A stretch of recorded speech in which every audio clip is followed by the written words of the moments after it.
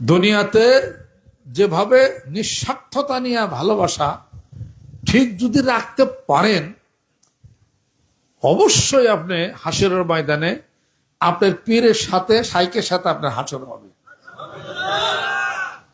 আল্লাহর নবী বলেন, মান তাশাব্বাহা বিকাওমিন ফাহুয়া মিনহুম। যেই ব্যক্তি যেই দলের সঙ্গে যার ভালোবাসা হলো, ওই ব্যক্তির সঙ্গে তার হাসর হইয়া যাবে, তার হাসর হয়ে যাবে।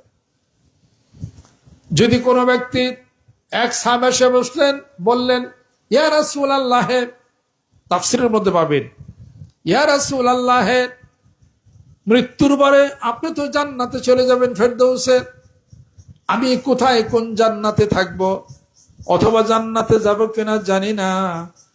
আমি সারাদিন আপনার দরবারে বসে থাকি, বাড়িতে গেলে মনটা আমার শুধুই কাঁদে, রসুলের দরবারে আবার ঘুরে আসি, সুবহানাল্লাহ। কিন্তু দুনিয়াতে আপনাকে ছাড়া থাকতে পারি না, হাসরের ময়দানে আপনি কোথায় থাকবেন, আমি কোথায় থাকবো, কেমনে করে থাকবো? আল্লাহ পাক বলেন, হে রাসূল, আপনি বলে দিন, একটা জান্নাত আরেকটা জান্নাতের দূরত্ব এতটুকু হবে। দুনিয়ার থেকে কোনো মানুষ যদি ওই রাতের আকাশে যদি তার নজরটাকে উত্তোলন করে, এই আকাশের মধ্যে তারকা দেখে, ওই এক একটা তারকা মিটি মিটি মিটি মিটি করে একটা জান্নাত থেকে আর একটা জান্নাতের দূরত্ব অনুরূপ হইয়া যাবে। তাহলে পাবে কেমনে? ওই সাহাবী বলেন, কাঁদতেছেন, ইয়া রাসূলুল্লাহ, জান্নাতের দূরত্ব যদি এতটুকু হয়ে থাকে, আমি কেমনে জান্নাতুল ফেরদৌসে যায়া আপনাকে দেখতে পারি? আল্লাহ পাক বলেন, ও নবী, বন্ধু বলে দিন, যারা নাকি তোমারে মহব্বত করছে কোনো স্বার্থ ছাড়া, আমি তাদেরকে জান্নাতে তোমার সাথে করে দেব। জোরে কোন সুবহানাল্লাহ। কুল ইন কুনতুম তুহিব্বুনাল্লাহ ফাত্তাবিউনি ইউহিব্বুকুমুল্লাহ ওয়া ইয়াগফির লাকুম যুনুবাকুম ওয়াল্লাহু গফুরুর রাহিম। আল্লাহ পাক বলতেছেন, নয় বন্ধু বলে দিন, মানে যারা তোমারই ভালোবাসে, তোমারই ইত্তেবা অনুসরণ করে, আমি তাদেরকে ভালোবাসবো, জীবনের গুনাহগুলি মাফ। যেরকম সুবহানাল্লাহ।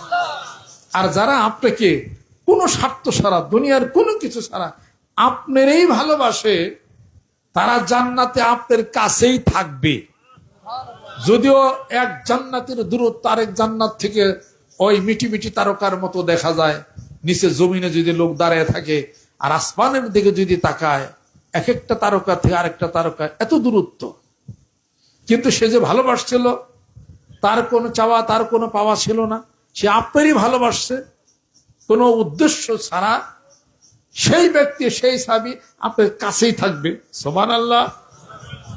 আল্লাহ, মন শান্তি হয়েছে। কোন স্বার্থ ছাড়া যারা ভালোবাসছে না আমারে, কোন স্বার্থ ছাড়া যাদেরকে ভালোবাসছি আমি, একসাথে থাকুন। সুবহানাল্লাহ। আমি আল্লাহর কাছে বলছি, আল্লাহ, কোন জান্নাতে যাব আমি জানি না, সেটা যদি জান্নাতুল ফেরদাউসে যদি যাই, তাহলে আমি যাদেরকে দেখছি, কথাবার্তা বলছি, যাদেরকে ভালোবাসছি, আদর করছি, স্নেহ করছি, মায়া করছি, আত্মীয়তার সম্পর্ক নাই, আপনাদের সবার সাথে তো আমার আত্মীয়তার সম্পর্ক না, রক্তের ব্লাড কানেক্টেড না, তাহলে আত্মীয়তার সম্পর্ক না, আপনারা কি দূরে থাকবেন? না। আত্মার সম্পর্ক যদি থাকে, আত্মীয়তার চেয়ে বেশি। সুবহানাল্লাহ। আত্মীয়তার সম্পর্ক হলো আত্মীয়, আত্মার সম্পর্ক হলো পরমাত্মীয়। আত্মার সম্পর্কের কারণে মানুষ জান্নাতে যাবে, আত্মীয়তার সম্পর্ক ছিন্ন হলে মানুষ দূরে চলে যাবে। কিন্তু যদি আত্মার সম্পর্ক ঠিক রাখতে পারে, পরমাত্মীয় হবে, পরমাত্মীয় মানুষগুলি হাসরের ময়দানে তার সাথে জান্নাত হয়ে যাবে। জোরে জোরে কোন সুবহানাল্লাহ। আপনাদের সাথে আমার আত্মীয়তার সম্পর্ক নাই, ওয়ারিশের মালিক আপনি না, আমি ওয়ারিশের মালিক না, কিন্তু জান্নাতের মালিক, যেরকম সুবহানাল্লাহ। হাসরের ময়দানে একসাথে সুবহানাল্লাহ। আল্লাহর কাছে আমি বলেছি, যদি জান্নাতুল ফেরদাউসে যাই, আমার কোন মুরিদ বা ভালোবাসার মানুষ যদি অন্য জান্নাতে যায়, আমার জান্নাতুল ফেরদাউস দরকার হবে না, আমি সবচেয়ে নিম্নমানের জান্নাতেই থাকতে চাই। হে আল্লাহ, সবচেয়ে নিম্নমানের জান্নাত দাও, যে জান্নাতে আমার ভালোবাসার মানুষগুলি যেন একত্রেই থাকতে পারে, যেরকম সুবহানাল্লাহ। এবং আমার বিশ্বাস, মহান মাবুদ আমার এই দোয়াকে কবুল করেছে।